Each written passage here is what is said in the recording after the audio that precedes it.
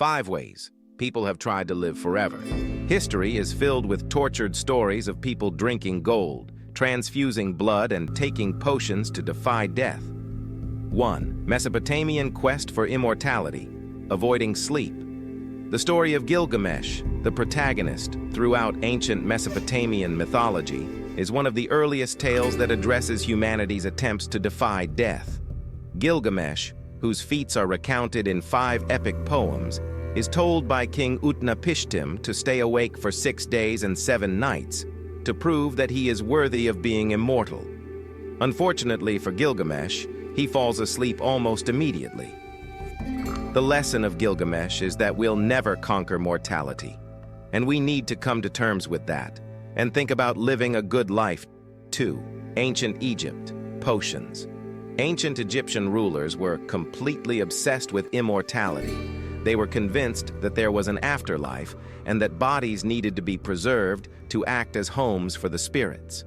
That's why the Egyptians spent a huge amount of time, effort, and money on mummification, as well as the associated rituals that went into burying leaders, such as building pyramids. Some scholars even estimate that 40% of Egyptian GDP went into the afterlife industry, mummification, and building temples.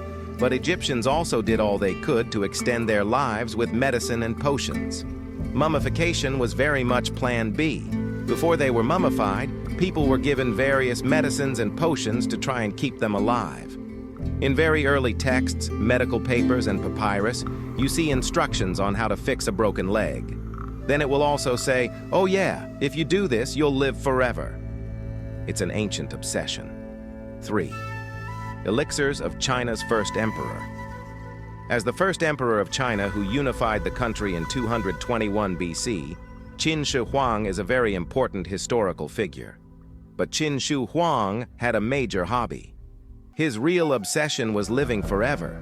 Chinese history is replete with legends of magical elixirs that could make people immortal, and he went around his huge empire looking for alchemists, wizards, and physicians who could give him an elixir for life.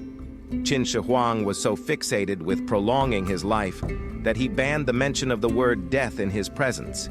He had poets following him around singing songs about immortality. But Huang got sick in middle age and died at 49. One popular theory is that his pursuit of immortality was the very reason for his premature demise, and he actually died after consuming too much mercury.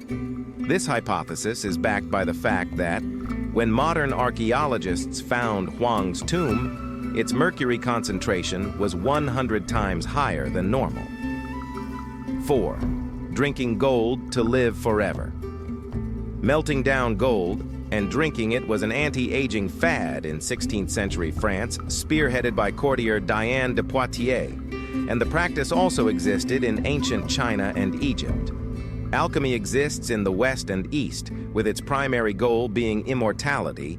Gold was seen as incorruptible and the purest of all metals. Chinese alchemist Wei Boyang in 2500 BC promoted the theory that consuming small quantities of substances that were immortal would lead to them living longer, says Olshansky. It also helped that a lot of rulers had bought plenty of gold to prove their wealth, so there was more than enough laying around for alchemists to melt down and serve up. As the mistress of King Henry II of France, de Poitiers also had access to plenty of gold, right up until she died at the age of 66. She apparently consumed plenty of it too. When her body was found in 2008, the level of gold found in her hair was 500 times more than normal, while traces of mercury were also found in her bones. 5. Papal blood transfusion goes awry. In 1492, after Pope Innocent VIII suffered a stroke, a decision was made to transfer blood from 3 healthy young men into his veins. This is believed to have been the first blood transfusion in recorded history. But not only did Pope Innocent VIII die from the procedure, so did the men. The first major step in blood transfusion occurred in 1628 when English physician William Harvey discovered the circulation of blood. In 1665, physician Richard Lower was able to keep a dog alive by transfusing blood from other dogs. 2 years later, there were 2 separate reports of blood transfusion from sheep to humans.